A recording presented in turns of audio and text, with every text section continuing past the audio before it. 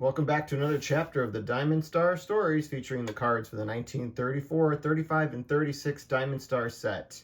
So with this month being the National, I decided to feature a player that I purchased at the National last year that is none other than White Sox outfielder Al Simmons. Al Simmons was mostly known for his time with the Philadelphia Athletics, but he spent time with several different teams, including the Chicago White Sox, who acquired him as part of a three-player purchase, including Jimmy Dykes and Neil Haas from the Philadelphia A's when Connie Mack's team was becoming bankrupt, so he had to get some quick cash to be able to balance the books in 1932 at the end of the season. Went on to be their very first All-Star along with Jimmy Dykes in 1933 when they hosted the World Series during the World's Fair in Chicago in 1933, and went on to be an All-Star again for them in 34 and 35 before he was moved on to Detroit. So Al Simmons, so here's the card here. I will talk a little bit about the card in a moment. Let's talk about Al Simmons. Was born in 1902 in Milwaukee, Wisconsin, and later passed in Milwaukee, Wisconsin in 1956. His nickname was Bucketfoot Al because he had a tendency to drag one of his lead foot towards third base when he would be in the batter's box and swing. So he got that nickname as a result of the way he swung the bat, not so much because of his speed, because he actually was a decent runner and actually had a lot of doubles in his career. Al Simmons, as I mentioned, spent time with Philadelphia and then went and joined the White Sox. And then after that, he went on to Detroit, Washington. He went on to Boston with the Bees, then known as the Bees and not the Braves. Later was reacquired, or hired by the A's, or the Reds, I should say, in 1939. He got to play in his last World Series there and actually appeared, but they lost to the Yankees. Went on to play with the A's again and then eventually the Red Sox at the end of his career.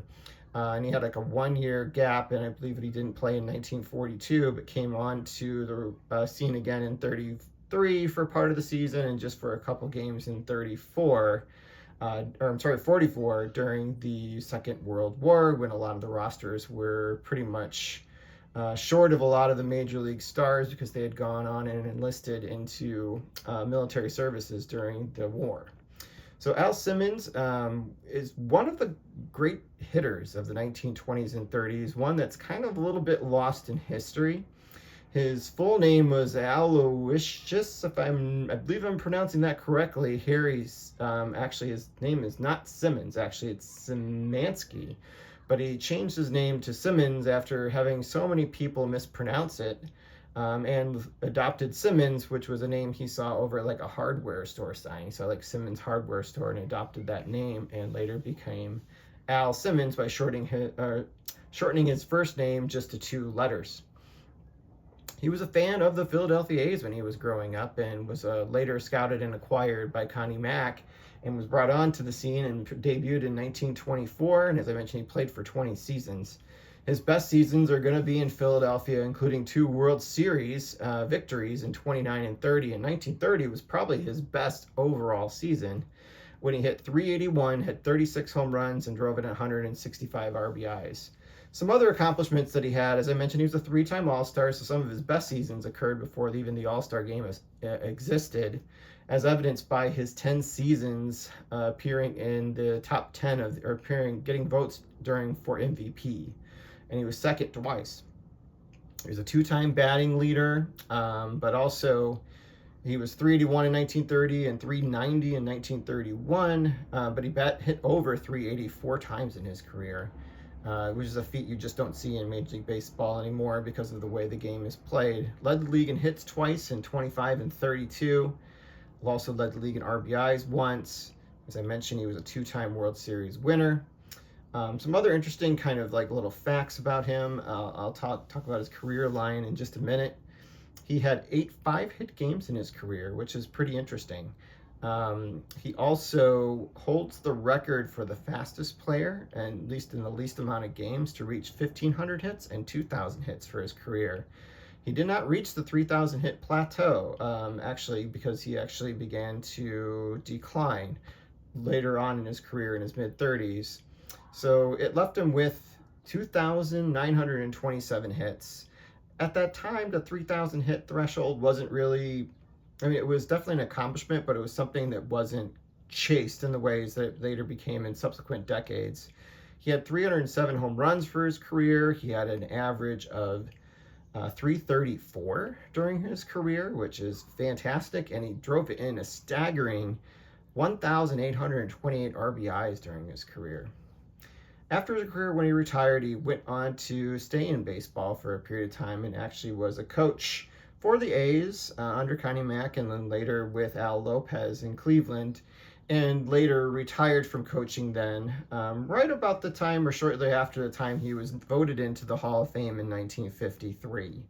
He only lived for a couple more years, unfortunately, and died of a heart attack and was laid to rest in Milwaukee, Wisconsin. So that is Al Simmons in a nutshell. His autographs are pretty expensive because he died pretty young. His cards are not necessarily all that expensive because he played in the shadows, even in his best years in Philadelphia, of players like Jimmy Fox and Lefty Grove, some bigger names in baseball lore, if you will. But this is the cool card here. So I was really hunting out for this card during the National last year, and I spent a whole afternoon looking for this and also the Luke Appling. Now, whereas I wasn't able to be successful picking up the Luke Appling card at the price I wanted or in graded condition, which I did acquire later on in the year, I did find this beautiful SGC 4.5 with the White Sox emblem on his jersey that I wanted to acquire. The reason I mentioned the White Sox emblem is because he has cards that were printed in 34, 35, and also in 36. So by 36, he was with Detroit. So what they did to alter the card to show that he's no longer in Chicago is they removed the White Sox emblem. So if you were trying to be able to acquire one that may be a little bit more scarce of the three Al Simmons that are available, it would be the one where he doesn't have the emblem on here, which would be the 1936 release of the card. So this is the 1935. This was one of the larger series that was released because it featured cards both from Series 1 and also Series 2. Here's the back of the card. It has his stats from the 1934 season, where he hit .344 with the White Sox. Actually, was kind of a big guy for his era. He was 5'11" and 195 pounds, as is kind of indicated in the back of the card here. So it was card number 2 in the set, which is right after the Lefty Grove card, which is a more famous card in the set. But this is a great addition. I think if you had a choice for picking up cards during his playing days with the White Sox, this would probably be the one. He also has a 33 Gaudy, which is a beautiful card too. But I think this is the one that just captures my eye more, but it's also a set overall, which I am very personally biased towards, is the Art Deco design. And you know, this one probably has the least amount of sort of like Art Deco, if you will, and the way they designed the card. And it's a very simple player image of him in the outfield. Looks like he's preparing for the pitcher to deliver the ball to home plate. And then at that time, likely will take his hands off his knees and begin to inch towards whatever position he feels the batter is most likely to hit the ball based on their preferences, but also whatever pitch was being thrown by the major league pitcher at that time.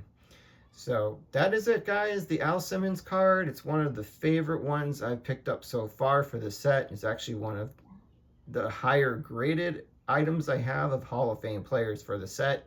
And I couldn't be more pleased that I was able to get it during the National at a time where I was searching the floor and meeting a lot of other people out in the community there.